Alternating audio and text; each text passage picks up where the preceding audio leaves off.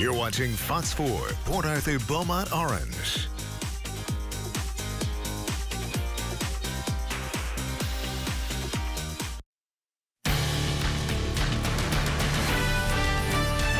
You're watching The Morning Show on Fox 4 Beaumont. 22 now, past the hour, 7 o'clock. Take a break. On the other side, we're going to take you to the McFaddin-Ward house. A little bit of history about Christmas in Southeast Texas. Stay with us.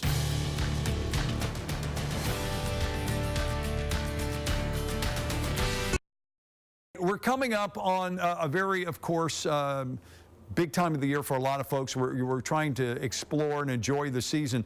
We thought this morning it'd be kind of cool to take a historic look at Christmas past in Southeast Texas, and at the same time tell you how you can take your family to perhaps one of the, I think, best kept secrets in Southeast Texas. It's not a secret to most of us who have lived here, but to a lot of folks it's not. Maybe it is. We're talking about the McFaddin-Ward house. Judy Linsley joins me this morning. She is there to talk about education. Is kind of what you do at the house, right? Yes. So education and interpretation. We plan programs. Let's educate people this morning a little bit about Christmas in Southeast Texas. Now, obviously, this wasn't Christmas in everybody's life, but if you were a wealthy person in Southeast Texas, you came into a lot of money, whether it was by land or by timber or by cattle or by oil or all of the above, which I think that would include all of those inside the McFaddin-Ward house. This is what Christmas looked like, right? Right. You decorated as much as you could. It was an era when they called it conspicuous consumption, and it meant if you had the money, you showed that you had the money.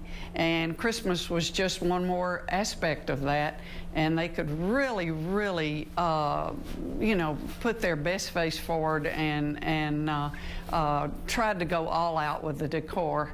And Ida McFaddin loved to decorate and loved to entertain, and so Christmas was one of the occasions when she could do, you know, really show her finest things. How accurate can you be, I mean, as towards what it would have looked like in the house? Are there pictures from her parties? Are there ways that you could know? And do you try to, you know, recreate that every year? We do, to a point. Yes, we do know that she and her daughter Mamie Ward both loved to decorate with poinsettias, and that they would just, you know, mass them around. There are good newspaper descriptions of some of the parties. We've used some of those decorations in the past.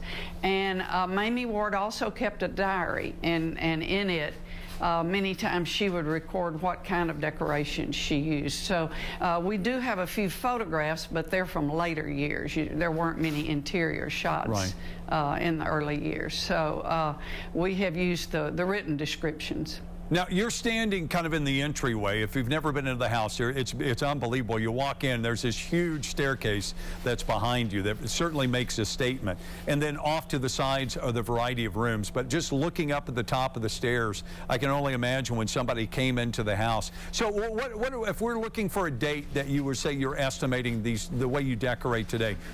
Early 1900s? Probably a little later. We'll say 30s. Okay. Okay, so the 30s. So by this time, would they have had electricity in the house? Oh yeah, the house was built with electricity. It was very state-of-the-art when it was built, and so it had electricity and indoor plumbing and a lot of other odds and ends of technology that we wouldn't think anything of today, but they were very much, you know, cutting edge at the time the house was built. 1906, something like that. When was it built? Yes, 1906 and 7. It took 5 and 6 were the years that it was actually built in, and it took a while. Back then, houses were slower to go up. Yeah, well, I think we could see why when you look at the materials and the finish on the inside of the house. It's kind of easy to understand why it would take time. Real craftsmen, not that there aren't today, but real craftsmen at work doing some unbelievable things. All right, so I don't want to miss it. There's some opportunity for people who maybe have never been into the house to come in during the holidays and see it in all its splendor, right? Right. We're having our open house tomorrow night, our eggnog open house from 5 to 7, and people can come and tour the first floor of the house and then go back and enjoy eggnog and other refreshments. And it's eggnog without the nog, but we do have a recipe for the McFaddin's eggnog that does have nog in it, quite a bit of nog, as a matter of fact. So we would love to see everyone. And the house at night has its own character and own personality. Even those of us who work here love to see it at night because it's so different. I'm with you. And I've seen it a lot during the day and at night, and it's spectacular at night, just like you say, because it changes everything without the sunlight coming in, and you see everything lit up. All right, Judy, let me do this. Let me show them the information, too, for the rest of the holiday season. If people want to come by, and we'll give them the information. We'll talk again just a little bit. Judy Linsley again at the McFaddin-Ward house, and if you've never been, it is spectacular to see it all dressed up for Christmas. Now, when can you go? We may have already put this on the screen, but let's show you again. You can go by. They do it Tuesday through Sundays. You need to call, though, and make reservations for your holiday tours. There's the number on the screen, or you can go to their website, which is McFaddin-Ward.org. All right, 7:30 coming up next. Coming up this morning, we're going to head over to the McFaddin-Ward Historical House. We're going to talk a little bit about Christmas years past and also how you can experience Christmas this year, get into the spirit from the folks there at the house.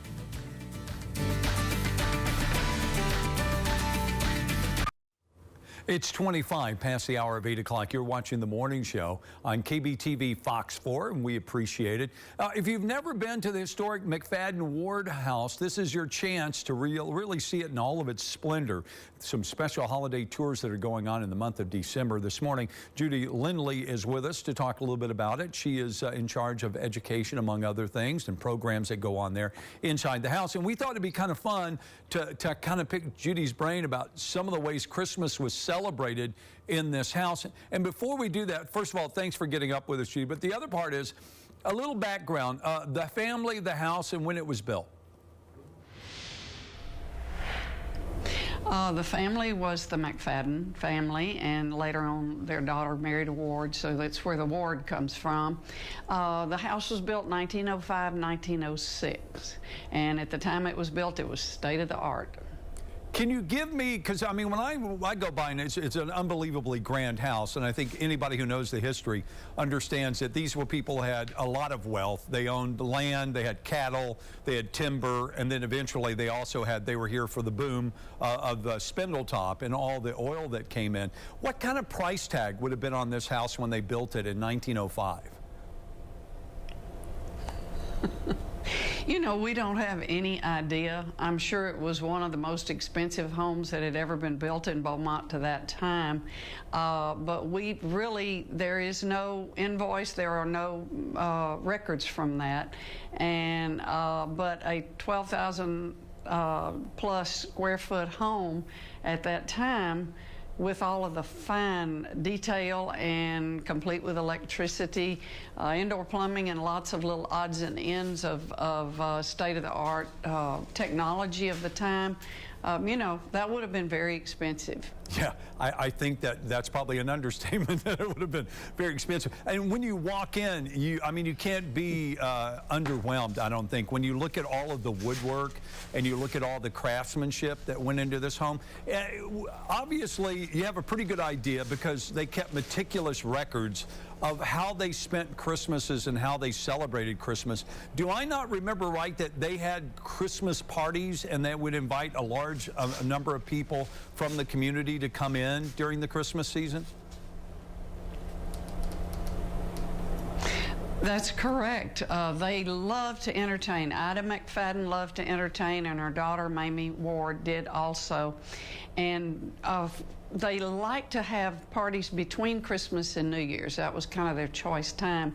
And they would quite often have a reception where people would just come and go. And at one point, one year, Mamie recorded in her diary that they had about 200 guests.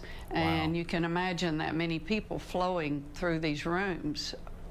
Yeah, you're in front of one of my favorite rooms in the house, and I don't know, do they call it the solarium? Is that what it's called, with the stained glass and everything, all the light, and a fountain, a working fountain inside the house? That's correct. That part of the room is called the solarium. The main part of the room is actually the breakfast room, and the McFaddins actually added it later after they moved in. It was fashionable, if you could afford it, to have a specialty room for things like a music room and a breakfast room, in addition to your formal dining room.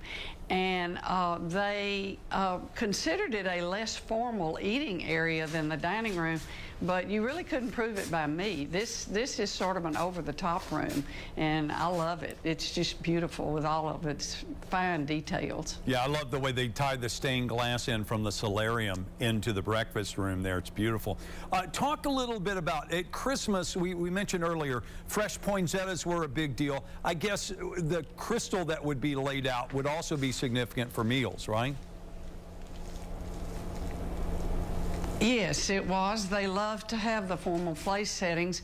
We've got some 35 sets of china in the collection, small and large.